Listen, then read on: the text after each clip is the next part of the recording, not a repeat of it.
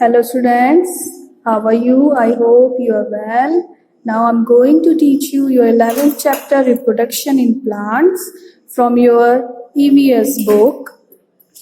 बच्चों कल हमने आपको ये चैप्टर यहाँ तक कंप्लीट करा दिया था। अब हम आगे पढ़ेंगे वेजिटेटिव प्लांट्स यानी कि वेजिटेटिव पार्ट्स यानी कि वेजिटेबल से ही अपने पार्ट से किस तरह पौधे दूसरे पौधे बनाते हैं। Some plants reproduce through their body parts और वेजिटेटिव पार्ट्स और vegetative part this is non vegetative propagation. जब प्लांट्स अपनी ही बॉडी से पौधे को बनाता है तो इसको हम कहते हैं वनस्पति प्रचार। फ्रॉम रूट्स यानी कि जड़ से। जब birds appear on the roots of sweet potato and wood apple, when these birds are planted they grow into new plants. The roots cutting of tamarind and carrot also give rise new plants. जब देखिए sweet potato यानी कि शकरकंद, इसकी root से आपको birds निकलती हुई नजर आ रही होंगी। जब इन्हीं बर्ड्स को आप सॉइल में लगाएंगे, कहीं लगाएंगे तो ये नए प्लांट बन जाएंगे। ठीक है, इसी तरह टैमरिंड यानी कि इमली और गाजर भी अपने से ही पौधे बना सकते हैं। फ्रॉम स्टेम्स यानी कि तनों से। These are small growth called eyes और buds present on the underground stems like potato and ginger. ये आप देख रहे हैं पोटैटो के बर्ड्स निकले हुए हैं, इसी तरह अदरक में भी निकल जाते हैं। जब आप इसको सॉइल में लगाएंगे, मिट्टी में दबाएंगे तो एक नया पौधा बना देगा। New plants can be obtained from the stem cutting of the rose. आपने देखा होगा कि जो रोज होता है, गुलाब होता है, उसकी स्टेम को कटिंग करके अगर हम कहीं लगाते हैं तो वहां पर एक नया पौधा उग जाता है। फ्रॉम लीव्स यानी कि पत्तियों से। Some leaves of plant like begonia and bryophyllum grow buds on their leaf margins on coming in contact with the soil they grow into new plants. कुछ पत्तियां ऐसी होती हैं जैसे बेगोनिया और ब्रायोफिलियम की, कि वो अपनी पत्तियों से ही पौधे उगाना शुरू कर देती हैं। जब पत्ती नीचे गिरती है तो उन्हीं में से नई पत्तियां निकलनी शुरू हो जाती हैं।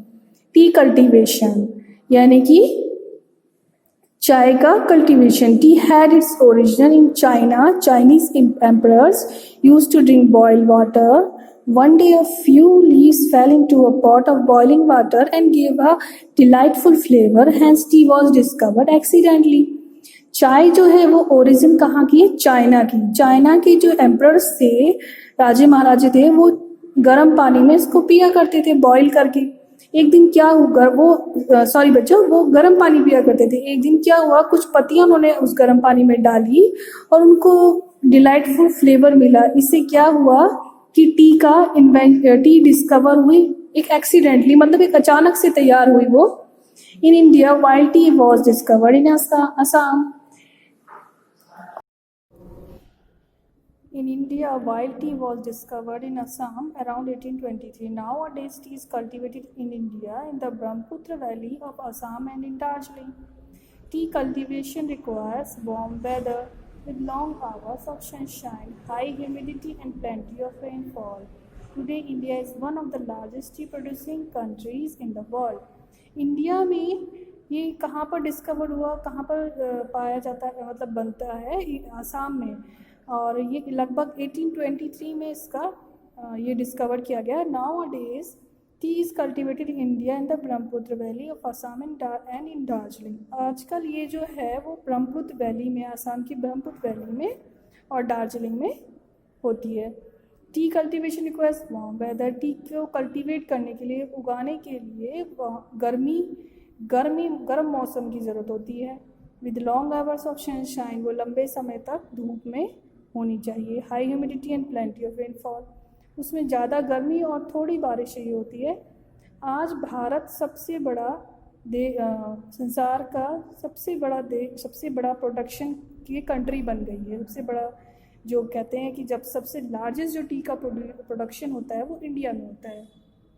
प्लांट्स फ्रॉम अदर कंट्रीज़, ये बच्चों प्लांट्स हैं जो अदर कंट्रीज़ में होते हैं। There are many vegetables, fruits and spices which are originated in other countries. बहुत सारे वेजिटेबल्स हैं, सब्जियां हैं, फ्रूट्स, फल हैं, मसाले हैं जो अदर कंट्रीज़ में होते हैं। जैसे टमाटो कहाँ पे है? South Africa. पोटैटो पेरू में। वीट साउथ वेस्ट एशिया में। एप्पल सेंट्रल एशिया में।